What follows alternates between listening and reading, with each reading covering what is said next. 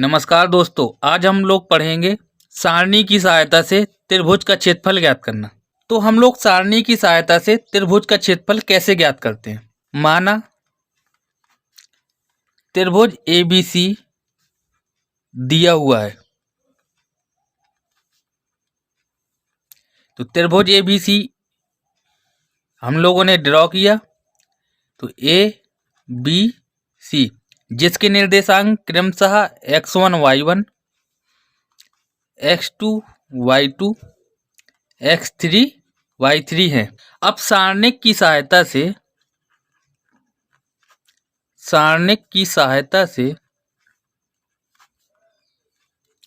त्रिभुज का क्षेत्रफल क्या हो जाएगा। Delta is equal to 1/2। इसके बाद क्या करेंगे, x1 y1 x2 y2 x3 y3। यहाँ पे हम लोग 1 1 1 लिख देते हैं। त्रिभुज का क्षेत्रफल है वो 1/2 है।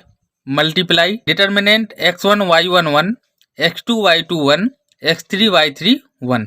आप देख सकते हैं कि ये 1 1 1 है। तो C1 के अनुदिश प्रसरण करने पर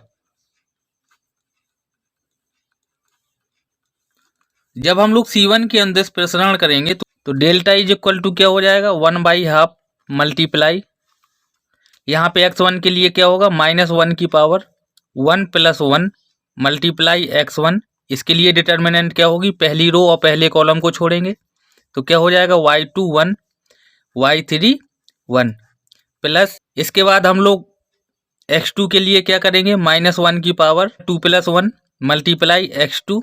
इसके लिए डिटर्मिनेंट क्या हो जाएगी, दूसरी रो और पहले कॉलम को छोड़ेंगे तो y1 1 y3 1 प्लस इसी प्रकार x3 के लिए क्या करेंगे, -1 की पावर 3 + 1 मल्टीप्लाई x3। इसके लिए डिटर्मिनेंट क्या होगी, तीसरी रो और पहले कॉलम को छोड़ेंगे तो y1 1 y2 1। अब हम लोग इसको सॉल्व करते हैं तो क्या हो जाएगा, डेल्टा इज इक्वल टू 1/2। यहाँ पे क्या होगा, -1 की पावर 1 + 1 तो -1 की पावर 2 हो जाएगा तो इसका मान 1 ही आ जाएगा। x1 मल्टीप्लाई इस डिटर्मिनेंट को सॉल्व करेंगे तो कैसे होगा, y2 -1 मल्टीप्लाई y3 तो y3 तो y2 - y3 हो गया प्लस यहाँ पे क्या होगा, -1 की पावर 3 तो माइनस का 1 आ जाएगा। यहाँ पे x2 मल्टीप्लाई इसको सॉल्व करेंगे तो क्या हो जाएगा, y1 - y3 तो y1 - y3 प्लस यहाँ पे क्या होगा, -1 की पावर 4 तो प्लस का 1 होगा तो यहाँ पे x3 मल्टीप्लाई इसको सॉल्व करेंगे तो क्या हो जाएगा, y1 - y2 तो डेल्टा इज इक्वल टू क्या हो गया, 1/2 x1 y2 - y3 plus x2 minus का मल्टीप्लाई इसके अंदर करेंगे तो क्या हो जाएगा, y3 - y1 प्लस x3 यहाँ पे क्या हो जाएगा, y1 - y2। इस प्रकार हमें त्रिभुज के क्षेत्रफल का फॉर्मूला ज्ञात हुआ। हम लोग इसकी ट्रिक भी देख सकते हैं। तो ट्रिक क्या होती है, 23 31 और ये 12। ये याद रखने का क्रम होता है। क्रम से x1 x2 और x3 का मल्टीप्लाई करेंगे। इस प्रकार हमें त्रिभुज का क्षेत्रफल का फॉर्मूला प्राप्त हो गया। अब हम लोग इसके बारे में आगे पढ़ते हैं। नोट नंबर 1, त्रिभुज का क्षेत्रफल हमेशा धनात्मक होगा यदि सारणिक का मान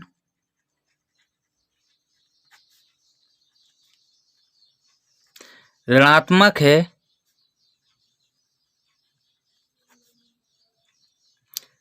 तो भी हम त्रिभुज का क्षेत्रफल धनात्मक ही लेते हैं।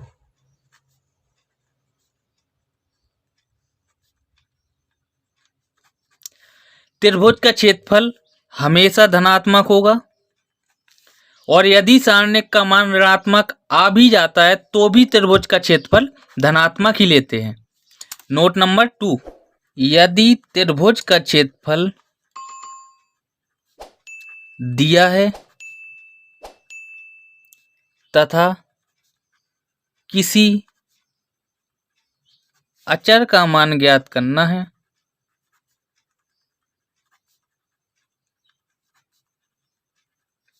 तो त्रिभुज का क्षेत्रफल को प्लस माइनस लेकर हल करते हैं। जब कभी भी हमें त्रिभुज का क्षेत्रफल दिया हो और किसी अचर को ज्ञात करना है तो हम लोग त्रिभुज के क्षेत्रफल को प्लस माइनस लेकर उसे हल करते हैं। अब हम लोग नोट नंबर 3 देखते हैं। यदि कोई 3 बिंदु संरेख हो, मतलब एक ही लाइन पर हो, तो त्रिभुज का क्षेत्रफल 0 होगा। यदि बिंदु एक ही लाइन पर हो तो उनकी सहायता से त्रिभुज बन ही नहीं सकता, अर्थात त्रिभुज का क्षेत्रफल 0 होगा। अब हम लोग एग्जाम्पल की सहायता से इन सभी रूल्स को पढ़ेंगे और अप्लाई करेंगे। एग्जाम्पल दिया हुआ है, एक त्रिभुज का क्षेत्रफल हमें ज्ञात करना है जिसके शीर्ष क्रमशः 3,8, -4,2 और 5,1 है। तो सबसे पहले तो हम लोग एक त्रिभुज ड्रॉ करेंगे। तो ABC एक त्रिभुज है जिसके शीर्ष क्रमशः 3,8, -4,2 और 5,1 दिए गए हैं।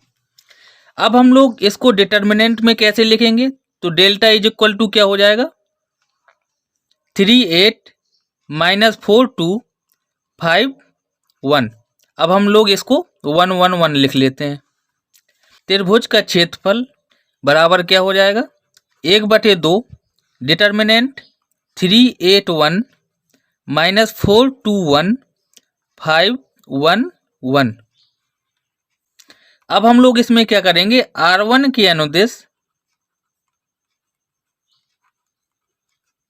प्रसरण करने पर तो त्रिभुज का क्षेत्रफल बराबर क्या हो जाएगा? 1/2। 3 के लिए क्या होगा? -1 की पावर 1 + 1 इंटू 3। इसके लिए डिटर्मिनेंट क्या हो जाएगी? पहली रो और पहले कॉलम को छोड़ेंगे तो क्या हो जाएगा? 2,1,1,1 प्लस 8 के लिए क्या होगा? -1 की पावर 1 + 2 इंटू 8। इसके लिए डिटर्मिनेंट क्या हो जाएगी? पहली रो और दूसरे कॉलम को छोड़ेंगे तो -4,1,5,1 प्लस 1 के लिए क्या होगा? -1 की पावर 1 + 3 × 1।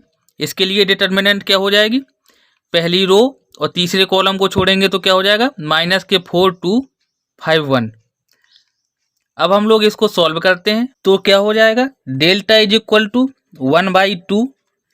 यहाँ पे -1 की पावर 1 + 1 है तो -1 की पावर 2 हो जाएगी, तो इसका मान 1 हो जाएगा। यहाँ पे 3 मल्टीप्लाई, डिटर्मिनेंट को सॉल्व करेंगे 2 × 1 तो 2 - 1 × 1 1 प्लस यहाँ पे क्या हो जाएगा? -1 की पावर 3 तो इसका मान -1 × 8। इस डिटर्मिनेंट को सॉल्व करेंगे -4 × 1 तो -4 -1 × 5 तो 5 हो जाएगा प्लस -1 की पावर 1 + 3 तो -1 की पावर 4। इसका मान प्लस का 1 हो जाएगा मल्टीप्लाई 1। इस डिटर्मिनेंट को कैसे सॉल्व करेंगे?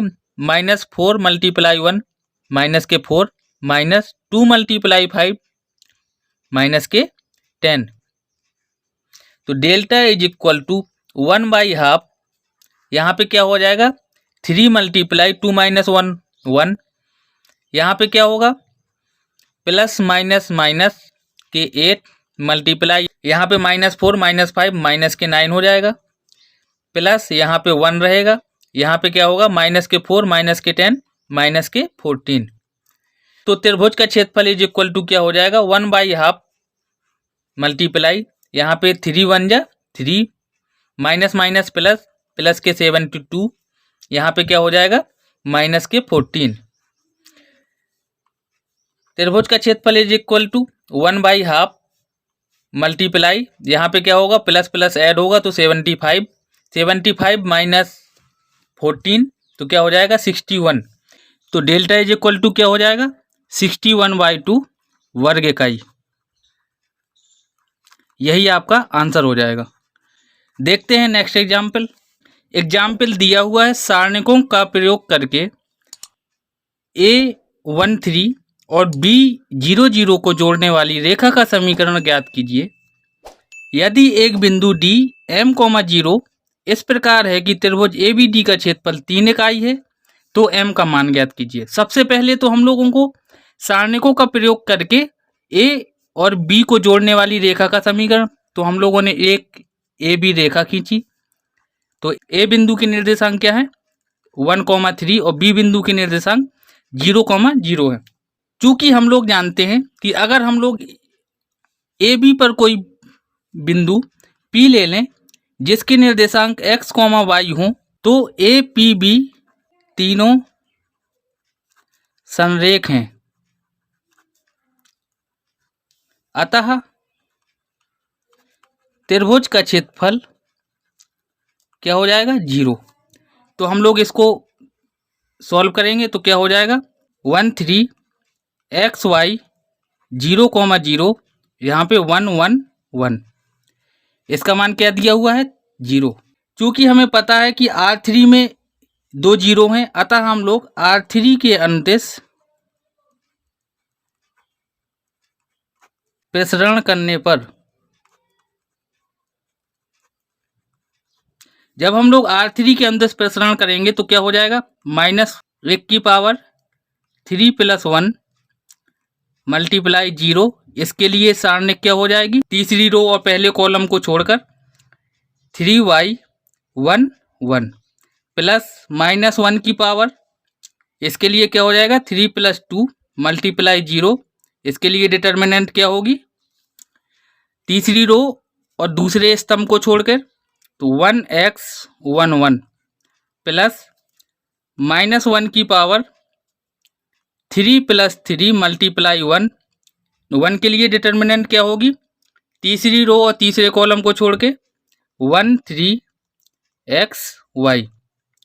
अब हम लोग इसको सॉल्व करते हैं तो त्रिभुज का क्षेत्रफल बराबर क्या हो जाएगा -1 3 + 1 तो 4 हो जाएगा, तो -1 4, तो इसका मान प्लस का 1 होगा और 0 से मल्टीप्लाई करेंगे तो 0 ही रहेगा। इसमें भी 0 का मल्टीप्लाई होगा तो 0 हो जाएगा, प्लस -1 तो +1 हो जाएगा, +1 मल्टीप्लाई 1 तो 1 ही रहेगा। अब हम लोग इस डिटर्मिनेंट को सॉल्व करते हैं तो क्या हो जाएगा 1 मल्टीप्लाई y तो y -3 मल्टीप्लाई x तो 3x बराबर 0। तो त्रिभुज का क्षेत्रफल बराबर क्या हो जाएगा y - 3x बराबर 0, तो y बराबर 3x। AB रेखा का समीकरण क्या हो गया, AB रेखा का समीकरण इज इक्वल टू y बराबर 3x। यही आपका आंसर हो जाएगा। प्रश्नानुसार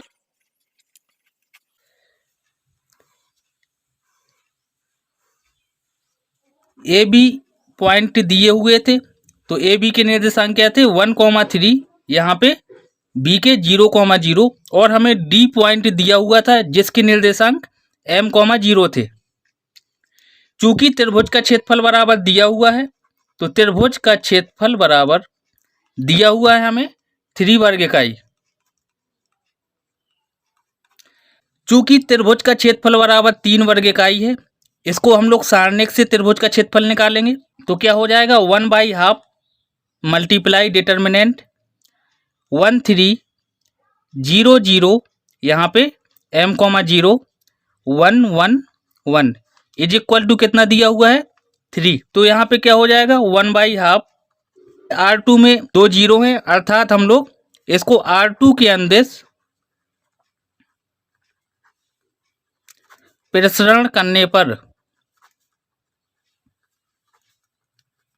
1/2, तो यहाँ पे 0 है तो 0 हो जाएगा, इसके लिए भी जो मान होगा वो 0 हो जाएगा, प्लस 1 के लिए क्या होगा -1/2 + 3 मल्टीप्लाई 1। इसके लिए डिटर्मिनेंट क्या होगी दूसरी रो थर्ड कॉलम को छोड़ के तो क्या हो जाएगा 13m0 इज इक्वल टू 3। तो यहाँ पे क्या हो जाएगा 1/2 मल्टीप्लाई -1 की पावर 5 -1 मल्टीप्लाई 1 तो -1 ही रहेगा। इसको हम लोग डिटर्मिनेंट को सॉल्व करेंगे तो क्या हो जाएगा 1 मल्टीप्लाई 0 0 माइनस के 3 multiply m 3m is equal to 3। तो 1/2 को पक्षांतर करेंगे तो 1/2 का पक्षांतर करने पर तो क्या हो जाएगा -1 मल्टीप्लाई यहाँ पे माइनस के 3m is equal to 3 multiply 2। क्या हो जाएगा -1 multiply -3m is equal to 3 multiply 2। तो यहाँ पे minus minus plus 3m is equal to 6। तो m इज इक्वल टू क्या हो जाएगा +-6/3। तो m बराबर क्या हो जाएगा +-2। हमने पढ़ा हुआ था कि जब भी हमें कोई त्रिभुज का क्षेत्रफल दिया होगा तो हम लोग उसको धनात्मक ही लेते हैं। चूँकि हमने नोट नंबर 2 पढ़ा हुआ है कि जब त्रिभुज का क्षेत्रफल दिया हो तथा किसी अचर का मान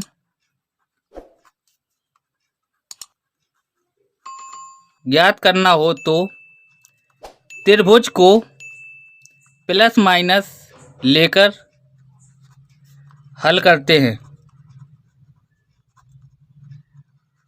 अतः m का मान क्या हो जाएगा +-2। यही आपका आंसर होगा। इस प्रकार हम लोगों ने सारणिक की सहायता से त्रिभुज का क्षेत्रफल बहुत ही आसानी से सीखा। अब हम लोग नेक्स्ट वीडियो में सारणिकों के उपसारणिक तथा सेकंड के बारे में पढ़ेंगे। धन्यवाद।